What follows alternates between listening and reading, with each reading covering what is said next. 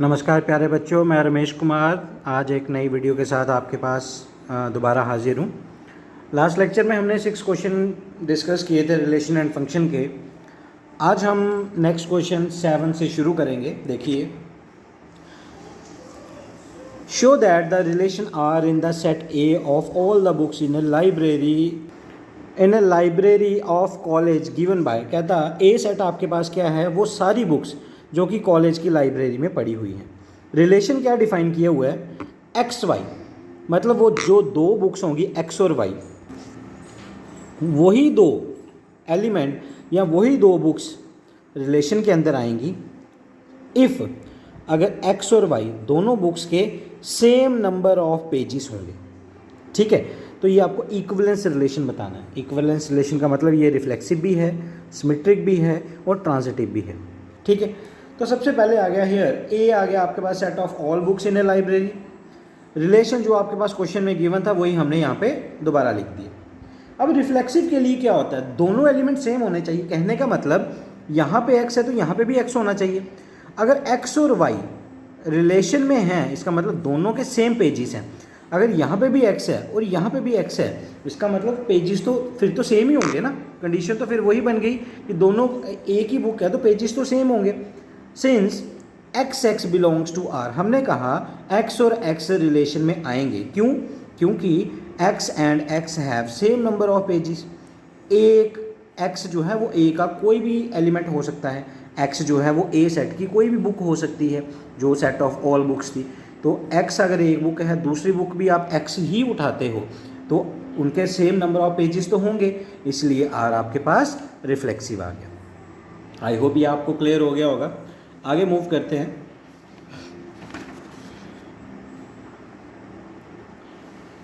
Symmetric पे। ठीक है, अब एक्स और वाई रिलेशन में है, ये हम लेकर चल रहे हैं। कहने का मतलब एक्स और वाई के सेम नंबर ऑफ पेजेस हैं। आपको इसका उल्टा चाहिए कि वाई और एक्स भी रिलेशन में होने चाहिए। देखो, एक्स और वाई के अगर सेम नंबर ऑफ पेजेस हैं तो इसको मैं इस तरीके से लिख सकता हूँ, वाई पहले एक्स बाद में, have same number of pages. ठीक है, तो देखो एक्स वाई अगर सेम नंबर ऑफ पेजेस थे तो एक्स वाई रिलेशन में था, तो वाई एक्स इसका उल्टा होगा तब भी तो सेम नंबर ऑफ पेजेस रहेंगे। तो वाई एक्स आपका रिलेशन में आ गया, तो ये सिमेट्रिक भी बन गया। ट्रांजिटिव की बात करते हैं। एक्स और वाई रिलेशन में प्रेजेंट है, वाई और जेड भी रिलेशन के अंदर प्रेजेंट है, मतलब एक्स और वाई इन दोनों के नंबर ऑफ पेजेस सेम है, वाई और जेड इन दोनों के नंबर ऑफ पेजेस भी सेम है। तो जितने वाई के थे उतने ही वाई के यहाँ पे हैं, और जितने यहाँ पे वाई के थे उतने एक्स के, और जितने यहाँ पे वाई के थे उतने ही जेड के। इसका मतलब एक्स और जेड के भी सेम नंबर ऑफ पेजेस होंगे, तो एक्स जेड रिलेशन में आ गया, तो ये क्या बन गया, ट्रांजिटिव। इसका मतलब आर आपके पास एक इक्विवेलेंस रिलेशन बन गया।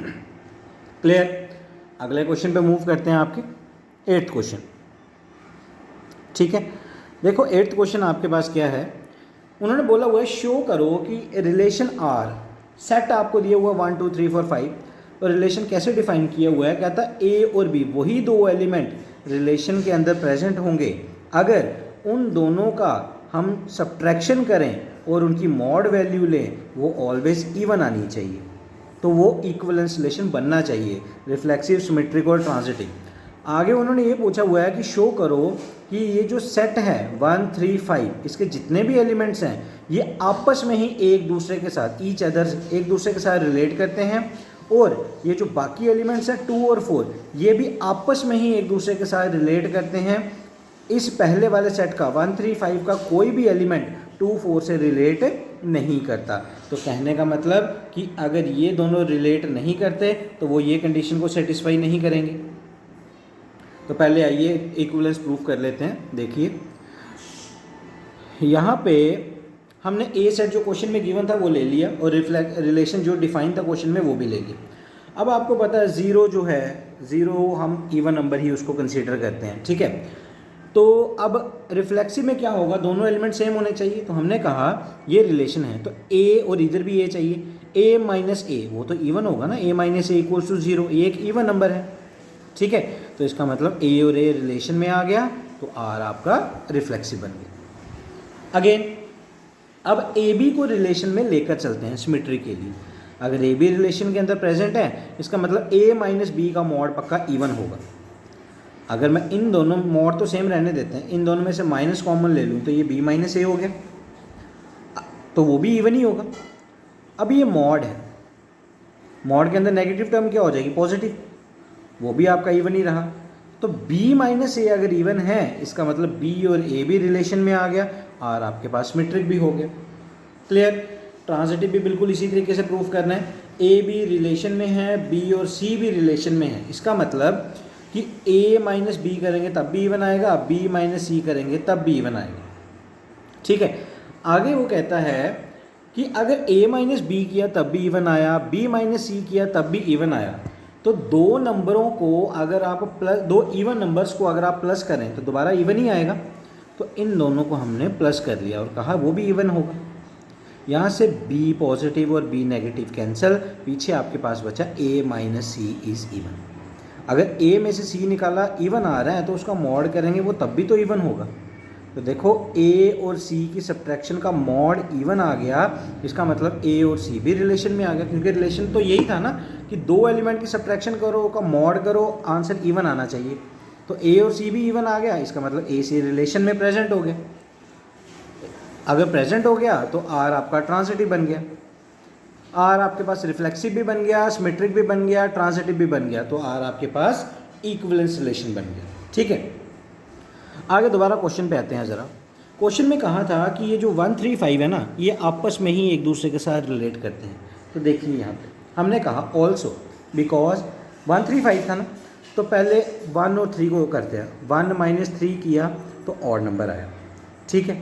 फिर 3 माइनस 5 किया तब भी ऑड आया। 1 माइनस 5 किया, सॉरी ऑड नहीं इवन आ रहा है, तो तब भी आपके पास इवन ही आया। तो हमारे पास रिलेशन तो यही था ना कि सब्ट्रैक्शन करें मॉड करें इवन आएगा तो रिलेशन में जाएगा। तो ये एक दूसरे के साथ रिलेट कर रहे हैं क्योंकि हर बार इवन आंसर आ रहा है, इसका मतलब ये सारे क्या आंसर दे रहे हैं इवन, तो ये एक दूसरे के साथ, इसका मतलब ये तीनों एलिमेंट आपस में रिलेट करेंगे। 1 3 5 are related to each other. उसके बाद क्वेश्चन में कहा था कि 2 4 ये भी आपस में रिलेट करते हैं। तो देखो 2 में से 4 माइनस करेंगे मॉड करेंगे तो 2 आएगा, इवन आएगा, ये भी आपस में ही रिलेट करते हैं। आगे क्वेश्चन में ये कहा था कि कोई भी एलिमेंट 1 3 5 का 2 और 4 से रिलेट नहीं करेगा। तो आप देख सकते हैं एक एलिमेंट हम इसका लेते हैं एक इसका लेते हैं, तो 1 में से 2 निकाला 1 आया, ऑड नंबर आया, इवन तो नहीं आया। रिलेशन में तो क्या था, इवन नंबर आपको चाहिए था, यहाँ पे तो ऑड आ रहा है, ठीक है। तो ये जो है कंडीशन आपके पास सेटिस्फाई नहीं हो रही। आप बाकी एलिमेंट ले लो, 1 में से 4 करेंगे तब 3 आएगा, 3 में से 2 सब्ट्रैक्ट करेंगे 1 आएगा। इसी तरीके से हमने सारे एलिमेंट लिए हुए हैं तो हर बार ऑड आंसर आ रहा है। इसका मतलब कोई भी एलिमेंट 1 3 5 का is no element of this is related to any element of 2 4, मतलब दोनों में से कोई भी एलिमेंट एक दूसरे के साथ जो है वो रिलेट नहीं करेगा। क्लियर। नेक्स्ट क्वेश्चन पे मूव करते हैं, क्वेश्चन नंबर 9। इसमें कहा हुआ है कि शो करो जो आपके पास रिलेशन है, मतलब दो पार्ट्स हैं इसमें, सेट आपको दिया हुआ है, एक्स जो है वो इंटीजर है, एक्स की वैल्यू 0 से लेकर 12 तक है, ठीक है। एक रिलेशन आपको ये दिया हुआ है, दूसरा रिलेशन ये दिया हुआ है, कहा हुआ है कि ये इक्विवेलेंस रिलेशन है, और आपको ये बोला हुआ है वो सारे एलिमेंट बताओ जो कि 1 से रिलेट करते हैं, ठीक है। तो यहाँ पे बाद में आता है, पहले क्वेश्चन को देखते हैं। यहाँ पे देखिए हमने कहा ए हमने कहा था 0 से लेकर 12 तक है ना, तो 0 1 2 3 4 से लेकर 12 तक सारे एलिमेंट आ गए। फर्स्ट पार्ट कर रहे हैं तो फर्स्ट में रिलेशन ऐसा डिफाइन था। तो हमने कहा आर इज़ ए रिफ्लेक्सिव। क्यों रिफ्लेक्सिव? तो तभी होगा कि अगर ए इस बी की जगह ए होगा, तो हमने कहा ए माइनस ए का मॉड जो है ना वो 0 होता है, ठीक है। और इसका आंसर आपको मल्टीपल ऑफ 4 चाहिए था, तो 0 जो है वो 4 का मल्टीपल है ही है। इसका मतलब ए और ए रिलेशन में प्रेजेंट हो गया, तो ये आपके पास क्या बन गया, रिफ्लेक्सिव, ठीक है। सिमेट्रिक पे मूव करते हैं।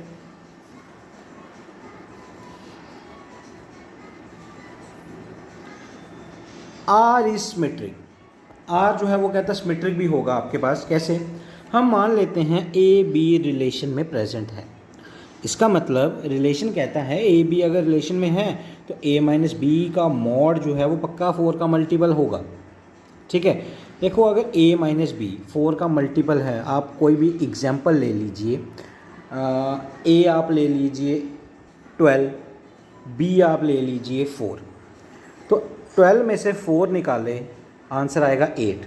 8 जो है वो 4 का मल्टीपल होता है। अब उल्टा ले लीजिए, 4 में से आप 12 निकालोगे तो मैं कह रहा था कि अगर आप 12 में से 4 माइनस करते हैं तो 8 आएगा। 8 तो 4 का मल्टीपल है। अब आप उल्टा लीजिए, 4 में से 12 माइनस कीजिए तो -8 आएगा ना। तो -8 मतलब जैसे यहाँ पे था a में से b माइनस किया तो 4 आया, तो b माइनस a करोगे तो जैसे -8 आया, वो भी तो 4 का मल्टीपल होगा, तो b a भी रिलेशन के अंदर आ गया। ठीक है, तो ये सिमेट्रिक बन गया। हमने कहा r is transitive. r transitive है क्यों? ए बी अगर रिलेशन में है, बी सी भी रिलेशन में है, आपको ए और सी चाहिए था ना, पहले इनकी कंडीशन लेते हैं। ए बी रिलेशन में है तो मॉड a माइनस बी 4 का मल्टीपल होगा। बी और सी अगर रिलेशन में है तो मॉड b माइनस सी भी आपका मल्टीपल 4 होगा। ये भी 4 का मल्टीपल और ये भी 4 का मल्टीपल, तो दोनों की एडिशन भी तो 4 का मल्टीपल होगा। तो यहाँ पे जो a माइनस बी है वो 4 का मल्टीपल है, b माइनस सी भी जो है वो अगर 4 का मल्टीपल है तो दोनों की एडिशन जो है वो भी 4 का मल्टीपल होगी। b के साथ b कैंसिल, a माइनस सी जो है वो 4 का मल्टीपल हो गया। तो इसका अगर मॉड वैल्यू लेंगे तब भी तो 4 का मल्टीपल रहेगा। इसका मतलब a और c भी रिलेशन में आ गया और r जो है वो आपका इक्विवेलेंस रिलेशन बन गया। ठीक है, आगे उन्होंने क्वेश्चन में ये पूछा था वो एलिमेंट बताओ जो कि 1 से रिलेट कर रहे हैं। कहने का मतलब 1 से वो एलिमेंट हमने लिखने हैं जिनका सब्ट्रैक्शन 1 के साथ करें तो वो 4 के मल्टीपल आए। रिलेशन यही था ना। तो देखो 1 माइनस 1 0 4 का मल्टीपल है, 1 माइनस 5 4 ये भी 4 का मल्टीपल है, 1 माइनस 9 या 9 माइनस 1 क्योंकि मॉड है तो पॉजिटिव ही देगा 8, ये भी जो है वो 4 का मल्टीपल है। ठीक है, तो इसीलिए यही एलिमेंट्स होंगे जो कि 1 के साथ रिलेट करेंगे। क्वेश्चन का सेकंड पार्ट देखते हैं। सेकंड पार्ट में रिलेशन जो है वो अलग डिफाइन किया हुआ है। कहता है ए बी के अंदर वही एलिमेंट आएंगे अगर वो दोनों इक्वल होंगे। तो ऑब्वियस बात है रिफ्लेक्सिव तो होगा क्योंकि इस बी की जगह भी तो ए ही आएगा, तो ए जो है वो खुद के बराबर तो होगा ही, तो रिफ्लेक्सिव तो हो गया। सिमेट्रिक में हमने कहा रिलेशन में ए बी प्रेजेंट है। ए बी अगर रिलेशन में है तो उसका मतलब ए पक्का बी के बराबर होगा, जैसा कि रिलेशन में डिफाइन है। ए बी के बराबर है या बी ए के बराबर है, बात सेम है। तो बी ए है तो इसको हमने बी कॉमा ए लिख दिया रिलेशन में, तो ये सिमेट्रिक भी बन गया और ये ट्रांजिटिव भी होगा क्योंकि ए बी अगर रिलेशन में है तो पक्का इक्वल होंगे दोनों। बी सी भी अगर रिलेशन में है तो ये भी इक्वल होंगे दोनों by the definition of relation. अब ए बी के इक्वल है, बी सी के इक्वल है, इट मीन्स ए और सी भी इक्वल होंगे और ये आर में आ गया। आर आपके पास क्या बन गया? Equivalence relation. ठीक है, अब हमें इसमें भी वो चाहिए था, वो एलिमेंट बताने हैं जो कि 1 से रिलेट कर रहे हैं। तो देखो 1 से रिलेट यहाँ पे कौन करेगा? अगर यहाँ पे a मेरे पास 1 है तो b एलिमेंट भी तो चाहिए। अगर a की जगह 1 आ गया तो b कौन सा एलिमेंट चाहिए जो इस कंडीशन को सेटिस्फाई करे? वो तो 1 ही होगा क्योंकि 1 के इक्वल तो 1 ही होगा। तो हमने कहा set of element which are related to 1 equals to bracket alpha belongs to A, कि अल्फ़ा कोई भी एलिमेंट हो सकता है ए सेट का, ए सेट आपको क्वेश्चन में गिवन था, comma alpha comma 1 belongs to A, कि अल्फ़ा आपको ढूंढना है और 1 तो आपको क्वेश्चन में ऑलरेडी दिया हुआ कि अल्फ़ा जो है वो 1 के साथ रिलेट करना चाहिए। अब अल्फ़ा की वैल्यू क्या होगी? देखो रिलेशन के अंदर एलिमेंट तभी जाएगा अगर ये दोनों इक्वल होंगे, तो अल्फ़ा की वैल्यू पक्का कितनी होनी चाहिए? 1 होनी चाहिए, तभी ये आपके पास रिलेशन में जाएगा। इसका मतलब वो एलिमेंट जो कि 1 से रिलेट कर रहा है वो 1 खुद ही है। ठीक है, आज की वीडियो में इतना ही। Thank you.